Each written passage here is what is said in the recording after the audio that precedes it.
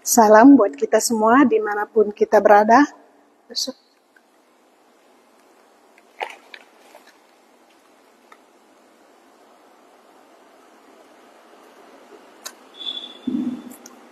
Salam buat kita semua dimanapun kita berada, baik kita yang sedang mendengarkan radio streaming Kemurahannya, baik juga kita yang sedang bergabung dengan Facebook Kemurahannya. Saat ini kembali kita mau merenungkan firman Tuhan.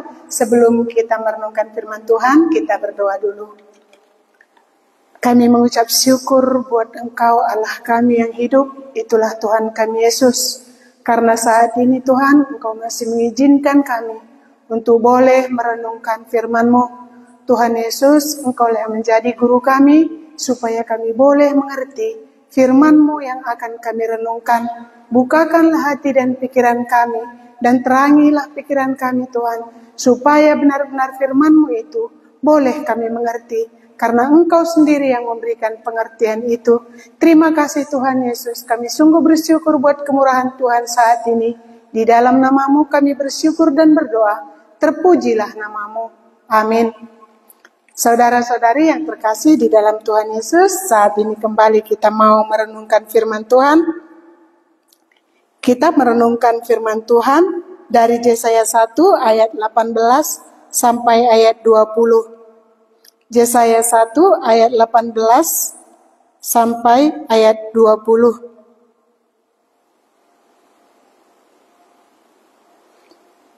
Saya akan membaca buat kita, jikalau ada Alkitab kita boleh juga kita buka.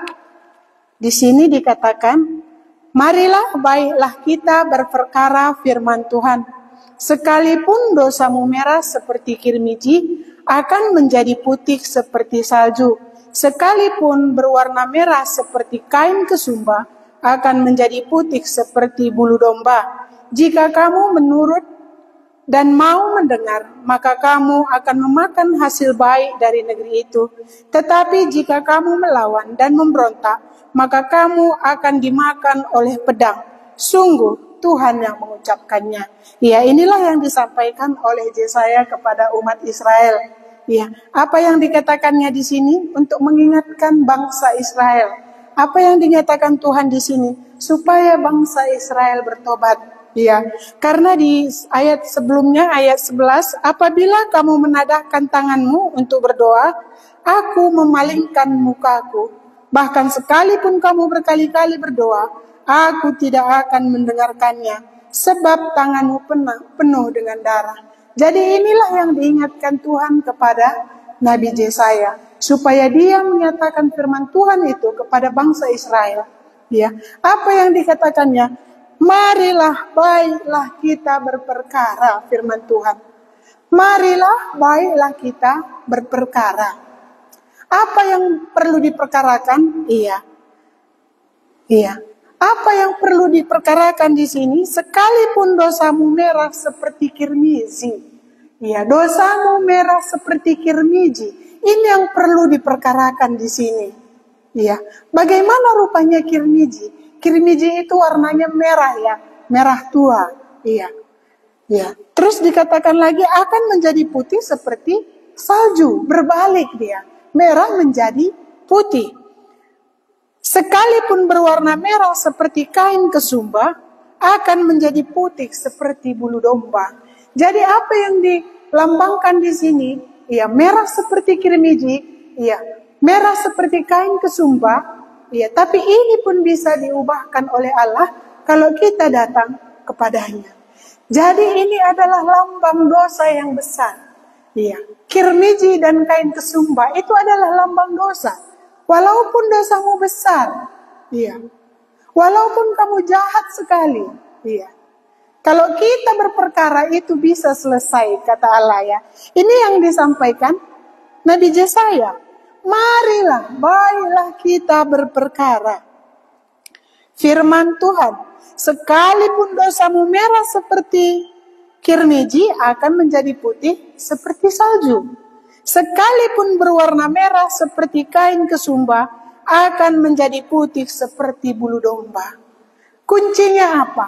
Mari kita berperkara. Itulah yang dinyatakan oleh Tuhan. Allah sendiri mengajak kita untuk berperkara dengan Dia. Sekalipun dosamu besar. Iya. Sekalipun mungkin orang lain tidak bisa mengampuni dosamu. Tetapi aku bisa menyelesaikannya, kata Allah. Kalau kita mau berperkara. Iya. Jadi kuncinya sekarang, apakah aku mau menyelesaikan perkaraku dengan Allah tadi? Iya. Inilah yang dinyatakan oleh Nabi Yesaya kepada bangsa Israel. Iya. Marilah, baiklah kita berperkara. Ya, kalau bahasa Karo dikatakan, mari sidungi cakapta. Berarti ada yang belum selesai cakap kita bersama Allah tadi. Jadi mari kita selesaikan, kata Allah itu. Ya. Mari kita selesaikan perkaramu tadi. Kalau memang ada perkaramu, bawalah ke hadapanku. Kan seperti itu ya pengertiannya. Marilah baik kita berperkara. Firman Tuhan, sekalipun dosamu merah seperti kirmiji. Jadi jangan nanti kita merasa, ini dosaku sangat besar, aku tidak layak lagi di hadapan Tuhan tadi. Tuhan memanggil kita. Tuhan Yesus tadi memanggil kita. Iya. Allah yang dulu, yang memimpin bangsa Israel. Dengan Allah yang mati di kayu salib itu adalah Allah yang sama. Allah yang dulu memanggil kita untuk berperkara itu. Dia mau mati di kayu salib untuk menyelesaikan dosa kita yang besar itu. Marilah. Iya. Marilah, baiklah kita berperkara. Mari kita selesaikan cakap kita yang belum selesai itu. Iya. Walaupun dosamu merah seperti kirmiji, walaupun besar dosamu itu, iya. Kalau kamu datang, kita bisa mencakapkannya. Kan itu yang dibilangkan Tuhan di sini ya. Iya. Jadi sekarang kuncinya, apakah aku mau datang? Kalau Tuhan tadi memanggil aku, marilah katanya. Iya. Kalau aku datang, barulah bundel perkaraku tadi bisa selesai. Kalau tidak datang aku, ya tidak selesai. Sama halnya ya kalau kita baru ini melewati hari Paskah ya. Iya. Tuhan Yesus tadi sudah memikul dosaku di kayu salib itu. Ini sudah kupikul dosamu tadi nakku, katanya. Tapi kalau kita tidak datang, ya, kita tidak akan bisa ya, dihapuskan dosa kita tadi. Walaupun dia mati untuk menghapuskan dosa. Tapi kalau aku tidak datang kepada Yesus tadi, tetapnya nggak selesai perkaraku tadi. Sama juga halnya seperti ini. Allah mengajak bangsa Israel tadi. Iya.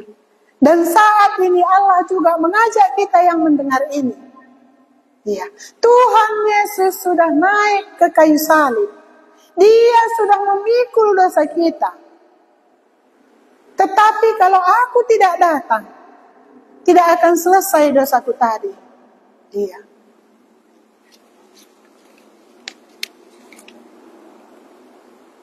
Jadi bagaimana supaya dosaku tadi bisa selesai? Kalau aku datang kepada Tuhan Yesus tadi, barulah selesai bundel perkaraku tadi. Bagaimana supaya dosaku yang besar tadi tidak menghalangi doaku lagi? Kalau aku selesaikan perkaraku tadi dengan Allahku tadi. Ya, jadi dikatakan di ayat 15 tadi, apabila kamu menadahkan tanganmu untuk berdoa, aku akan memalingkan mukaku. Mengapa? Karena dosamu itu. Jadi mengapa Allah memalingkan mukanya dari kita? Ketika kita berseru kepadanya. Karena kita belum menyelesaikan perkara kita tadi. Makanya di sini, iya, dinyatakan kepada Nabi Yesaya, marilah baiklah kita berperkara, supaya aku bisa mendengarkan seruanmu itu. Berperkara kita dulu, kan itu dikatakan Allah di sini ya. Apakah dosamu tadi menjadi penghalang? Iya. Dosaku tadi menjadi penghalang bagi Allah tadi. Ketika aku berseru, tidak akan didengarnya. Iya.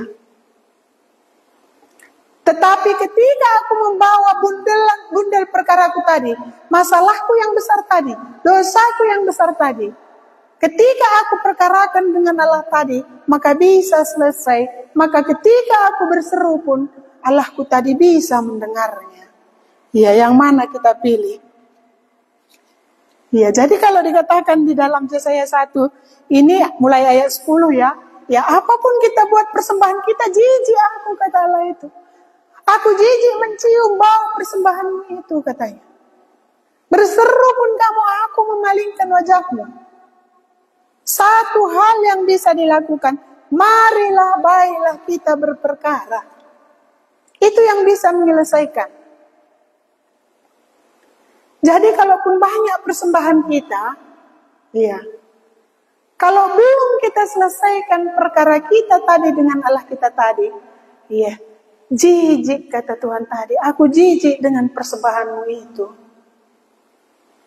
Jadi enggaknya ada artinya banyak pun persembahan kita, kalau enggak kita selesaikan perkara kita tadi di hadapan Tuhan tadi, enggak adanya artinya itu. Ini Tuhan sendiri yang mengatakan. Iya. Iya. Aku jijik dengan bau persembahanmu itu, katanya. Marilah baiklah kita berperkara. Iya. Jadi bagaimana seharusnya? Ku selesaikan dulu perkaraku dengan Allah tadi. Barulah persembahanku tadi bisa menjadi harum di hadapan Tuhan tadi. Tapi kalau belum ku selesaikan perkaraku tadi, apapun yang kulakukan enggaknya berarti di hadapan Tuhan tadi. Iya. Kalau di ayat 13 jelas dikatakannya, jangan lagi membawa persembahanmu yang tidak sungguh, sebab baunya adalah kejijikan bagiku. Kalau kamu merayakan bulan baru dan Sabat, atau mengadakan pertemuan-pertemuan, aku tidak tahan melihatnya. Karena perayaanmu itu penuh kejahatan. Iya. Banyak pun persembahan kita, jadi supaya kita tahu ya. Banyak pun persembahan kita, kalau belum kita selesaikan perkara kita tadi dengan Allah tadi, nggak ada artinya persembahan kita itu. Itu adalah suatu kejijikan, kata Tuhan. Iya. Kalau kita terus berbuat jahat, banyak pun persembahan kita nggak ada gunanya. Tapi apa yang dikatakan Tuhan di sini? Ada jalan keluarnya. Marilah baiklah kita berperkara. Sekalipun dosamu yang besar itu yang menjadi penghalang, tetapi kalau kamu datang untuk memperkarakannya, itu akan bisa menjadi selesai. Iya. Jadi apa aplikasinya saat ini? Iya.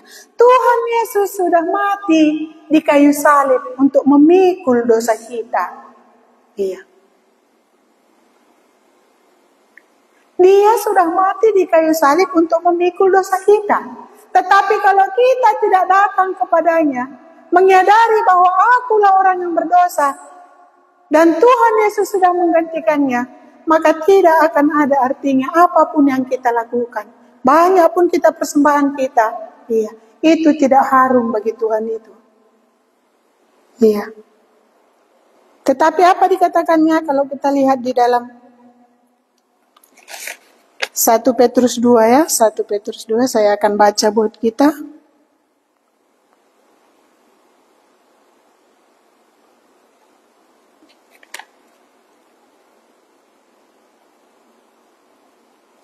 Iya. Kalau Tuhan Yesus tadi sudah memikul dosa kita tadi di kayu salib tadi, kalau kita tidak datang kepadanya, ya, maka bukanlah untuk kita Tuhan Yesus tadi mati di kayu salib. Dikatakan di dalam 1 Petrus 2 ayat 24, ia sendiri telah memikul dosa kita di dalam tubuhnya di kayu salib, supaya kita yang telah mati terhadap dosa hidup untuk kebenaran. Oleh bilur-bilurnya kamu telah sembuh. Sebab dahulu kamu sesat seperti domba, tetapi sekarang kamu telah kembali kepada gembala dan pemelihara jiwa. Walaupun Tuhan Yesus tadi mati di kayu salib tadi, kalau aku tidak datang menyerahkan dosaku tadi, bukan menjadi bagianku kematiannya tadi. Iya. Sebab dahulu kamu sesat seperti domba, tetapnya aku sesat seperti domba kalau aku tidak datang, iya, kepada Tuhan Yesus tadi. Iya. Sama halnya seperti tadi, kalau tidak aku selesaikan perkaraku tadi, iya, tidaknya bisa aku hidup. Iya. menyenangkan di hadapan Tuhan tadi. Iya. Walaupun Tuhan Yesus tadi sudah mati di kayu salib tadi, tetapi kalau aku tidak menyadari kalau aku yang menyalibkan dia, tetapnya aku sesat seperti domba. Iya. Tapi kalau aku menyadari akulah yang berdosa, yang telah menyalibkan Tuhan Yesus tadi, maka aku akan kembali kepada gembala dan pemelihara jiwaku tadi. Sama halnya seperti ini tadi. Jadi apa kuncinya? Marilah kita selesaikan perkara kita tadi. Ayat 19 dikatakan, jika kamu menurut dan mau mendengar, maka kamu akan memakan hasil baik dari negeri itu. Iya. Jika kamu menurut dan mau mendengar, iya, apa yang dikatakan oleh Allah itu, menyelesaikan perkara tadi, maka kamu akan memakan hasil baik dari negeri itu. Iya. Tetapi jika kamu melawan dan memberontak, maka kamu akan dimakan oleh pedang. Sungguh Tuhan yang mengucapkannya. Jadi inilah firman Tuhan untuk orang-orang Israel. Iya. Apa yang dinyatakan Tuhan adalah benar. Jika kamu menurut dan mau mendengar, maka kamu akan memakan hasil yang baik dari negeri itu. Iya. Kalau kamu mau menurut dan mendengar apa yang dikatakan oleh Allah, maka kita akan memperoleh hasil yang baik dari negeri itu. Ya kan nyaman ya? Nyaman kalau kembali ke pemelihara jiwaku tadi. Iya. Syaratnya apa? Mau mendengar, iya. Mau menurut dan mendengar. Iya. Sama halnya seperti hari Paskah tadi. Iya. Tuhan Yesus sudah mati di kayu salib karena dosaku. Tetapi kalau aku datang, menyerahkan dosaku tadi, barulah iya, aku bisa memperoleh hasil yang baik tadi. Kalau di dalam Roma 8 dikatakannya, apa hasil baik? Kalau ini tadi hasil baik ya. Kalau di dalam Roma 8 dikatakan,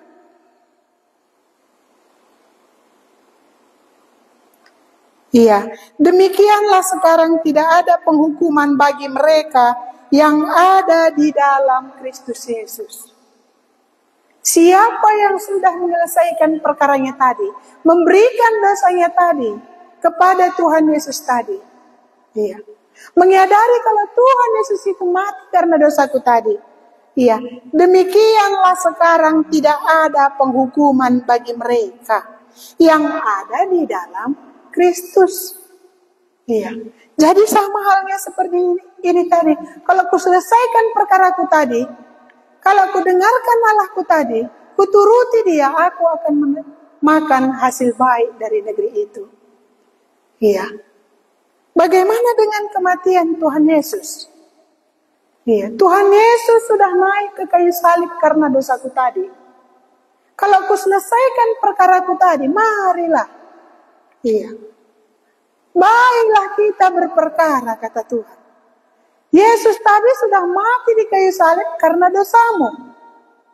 Percayakah kamu itu? Kalau percaya, mari kita perkarakan. Kalau sudah diperkarakan, maka sekarang tidak ada penghukuman bagi orang yang ada di dalam Kristus. Jadi harusnya aku selesaikan perkaraku tadi, baru bisa aku ada di dalam Kristus. Kalau sudah aku ada di dalam Kristus, barulah nyaman hidupku ini. Karena sudah kembali kepada penggembala jiwaku tadi. Iya. Jadi gak nyaman ya jiwa kita ini kalau tidak bersama penggembalanya tadi. Iya. Kalau tidak kita selesaikan perkara kita tadi. Kalau kita tidak bawa bundel perkara kita tadi kepada Tuhan Yesus tadi. Walaupun dia sudah mati di kayu salib karena dosa kita, iya, nggak adanya bagian kita di situ. Tapi kalau kita percaya bahwa Yesus mati di kayu salib karena dosaku, barulah aku sudah ada di dalam Kristus. Kalau aku sudah ada di dalam Kristus, barulah penghukuman tidak lagi menjadi bagianku. Iya. Jadi di sini hidup kekallah yang menjadi bagianku. Bagaimana kita selesaikan perkara kita tadi? Atau seperti ayat 20 tadi ya. Tetapi jika kamu melawan dan memberontak, maka kamu akan dimakan oleh pedang. Sungguh Tuhan yang mengucapkannya. Kalau Tuhan yang mengucapkannya, Tuhan tidak main-main. Iya. Iya. Kalau aku melihat bagaimana pasca perjanjian lama ya. Iya. Di dalam di dalam Keluaran 10 ayat 2. Ya, supaya engkau tahu bagaimana menceritakannya kepada cucu-cucumu, bagaimana aku mempermain-mainkan orang Mesir, kata Tuhan. Apakah dinyatakan Tuhan itu benar? Benar. Iya. Allah mengeraskan hati Firaun. Dan inilah yang dikatakan di ayat 20 ini.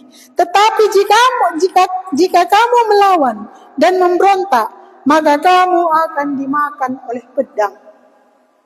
Jadi cuma 2 pilihannya di sini. Apakah aku mendengar dan menurut, ataukah aku melawan? Kalau aku mendengar dan menurut, iya, maka aku akan memakan hasil baik dari negeri ini. Kalau aku akan melawan, iya. Apa dikatakan Tuhan? Iya. Maka kamu akan dimakan oleh pedang. Iya. Jadi nggak adanya kekuatan kita kalau kita melawan Allah itu. Firaun yang begitu merasa dirinya hebat. Siapakah Allah itu yang harus aku dengarkan? Ketika Allah mengeraskan hatinya, dia tidak bisa lagi mengatakan iya. Makanya ketika kita mendengar Allah mengajak kita di sini, Allah memanggil kita. Tuhan Yesus memanggil kita. Marilah, baiklah kita berperkara, katanya. Datanglah kita kalau kita mendengar suaranya. Selesaikanlah perkara kita. Tuhan Yesus tadi sudah mati di kayu salib tadi karena dosa kita. Walaupun dosa kita besar, itu tidak menjadi penghalang bagi kita untuk datang kepada Tuhan Yesus itu. Karena tidak ada ukurannya dosa yang disuruh dibatasi untuk datang kepadanya. Tetapi dia mati untuk dosa semua orang. Lihatlah anak domba Allah yang datang untuk menghapus dosa dunia. Dosa dunia, dosa semua orang yang mau percaya kepadanya. Kalau aku percaya, untuk akulah Tuhan Yesus itu datang. Untuk akulah Tuhan Yesus itu mati di kayu salib itu. Percayakah aku? Iya. Kalau aku percaya, maka aku tidak ada lagi di dalam hukuman. Tetapi kalau aku tidak percaya, maka hukuman sudah menjadi bagianku. Karena Tuhan Yesus tadi sudah mati di kayu salib itu dengan menumpahkan darahnya. Takkan ada lagi penebusan yang lain. Iya. Dia yang datang dari sorga. Mau dia naik ke kayu salib untuk aku yang hina ini. Iya. Takkan ada lagi korban yang lain. Percayakah kita?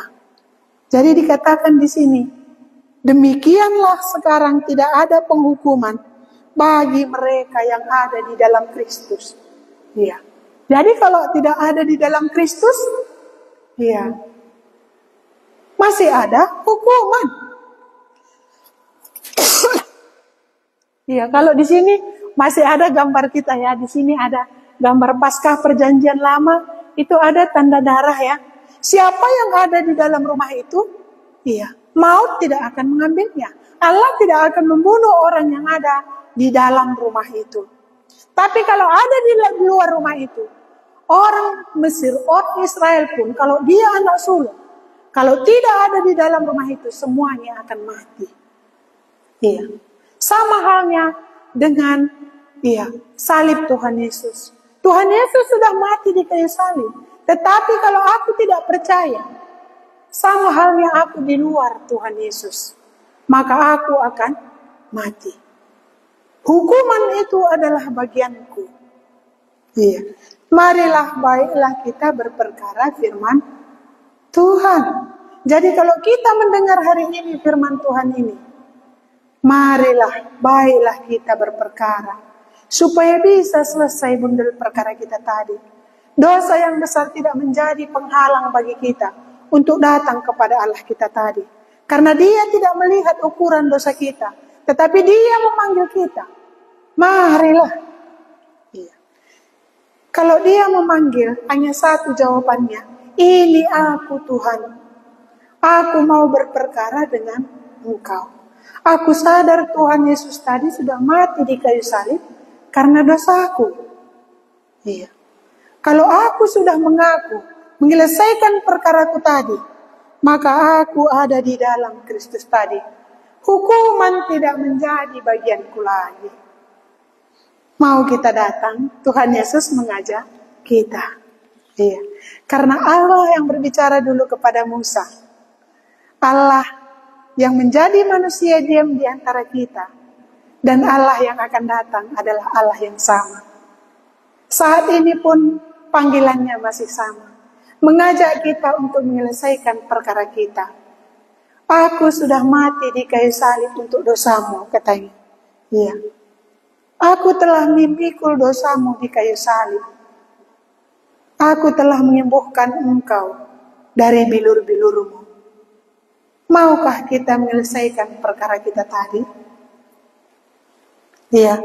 Saya akan baca sekali lagi Roma 8 ayat 1. Demikianlah sekarang tidak ada penghukuman bagi mereka yang ada di dalam Kristus Yesus. Iya. Ayat 2, Roh yang memberi hidup telah memerdekakan kamu dalam Kristus dari hukum dosa dan hukum maut.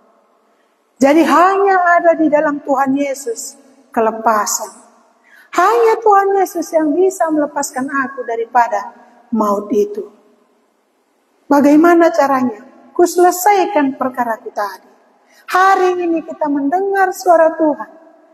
Marilah, baiklah kita berperkara, katanya. Datanglah. Iya.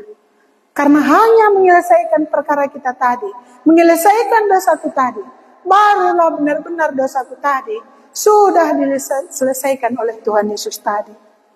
Kalau kita tidak datang, walaupun Tuhan Yesus tadi sudah mati untuk dosaku tadi, tidak akan selesai. Sama seperti halnya, sudah masak mama kita misalnya ya. Sudah masak mama kita, sudah tersedia semua di meja makan. Tetapi kalau kita tidak memakannya, kita tidak akan kenyang. Kita akan terus kelaparan. Makanan sudah ada, sudah tersedia di meja, sudah. Tetapi kalau kita tidak makan, kita akan terus lapar. Iya. Sama halnya Tuhan Yesus sudah mati di kayu salib. Tetapi kalau kita tidak menyelesaikan perkara kita tadi, tidak datang kepada Tuhan Yesus tadi, tetapnya kita ada di bawah hukuman itu. Tetapi kalau kita datang kepada Tuhan Yesus itu, menyerahkan dosa itu tadi, barulah aku ada di dalam Kristus tadi. Iya, kalau ku terima Dia sebagai Tuhan dan Raja di dalam hidupku, maka aku tidak ada lagi di bawah hukuman. Iya. Jadi hanya di dalam Kristus kita bisa lepas dari maut. Percayakah kita? Kalau percaya, marilah kita dengarkan firman Tuhan ini, kita renungkan lagi supaya kita boleh lepas dari hukuman maut itu. Karena hanya ada di dalam Kristus, kita boleh nyaman. Iya. Kita sudah kembali kepada penggembala jiwaku tadi. Iya, kalau sudah penggembala jiwaku tadi yang memegang hidupku ini, barulah bisa nyaman hidupku. Saudara-saudara yang terkasih di dalam Tuhan Yesus, inilah firman Tuhan yang boleh kita renungkan saat ini. Biarlah Tuhan Yesus yang menolong kita, memberkati kita supaya kita boleh mengerti firman-Nya ini dan boleh kita menyelesaikan perkara kita dengan Dia. Sebelum kita tutup, kita berdoa. Kembali kami mengucap syukur kehadapan-Mu Tuhan Yesus. Karena kemurahan Tuhan kami sudah boleh merenungkan firman-Mu. Kami tahu Tuhan Yesus, kami adalah orang yang berdosa. Karena dosa kami itu, ketika kami berseru kepadamu pun, Engkau akan memalingkan wajah-Mu. Karena dosa kami itulah yang menghalangi kami untuk berseru kepadamu. Karena dosa kami itulah yang menghalangi pendengaran-Mu. Tuhan Yesus, tetapi Engkau mengatakan, marilah, baiklah kita berperkara. Marilah kita selesaikan masalah kita tadi. Tuhan Yesus, kami tahu, jikalau kami datang kepadamu, menyelesaikan masalah kami tadi, kami percaya Tuhan, Engkau mati di kayu salib karena dosa kami, menerima Engkau sebagai Tuhan dan Raja kami di dalam hati kami, mengaku bahwa Engkau adalah satu-satunya Allah kami, maka kami tidak lagi di bawah hukuman, tetapi kami sudah boleh nyaman, karena kami sudah kembali kepada pemelihara jiwa kami tadi. Terima kasih Tuhan Yesus. Tuhan Yesus yang memberkati. Jikalau ada orang yang mendengarkan dalam radio streaming Kemurahan-Nya, jikalau ada yang mendengarkan dan bergabung dengan Facebook R Kemurahan-Nya, biarlah Tuhan Yesus yang melayaninya, karena Engkau Allah kami, Allah yang tidak terbatas, dimanapun Engkau bisa menjangkau mereka. Terima kasih Tuhan Yesus, kami sungguh bersyukur buat saat ini. Kami berdoa di dalam nama-Mu, terpujilah nama-Mu. Amin. Saudara-saudara yang terkasih di dalam Tuhan Yesus, inilah pertemuan kita saat ini. Terima kasih, Tuhan Yesus memberkati.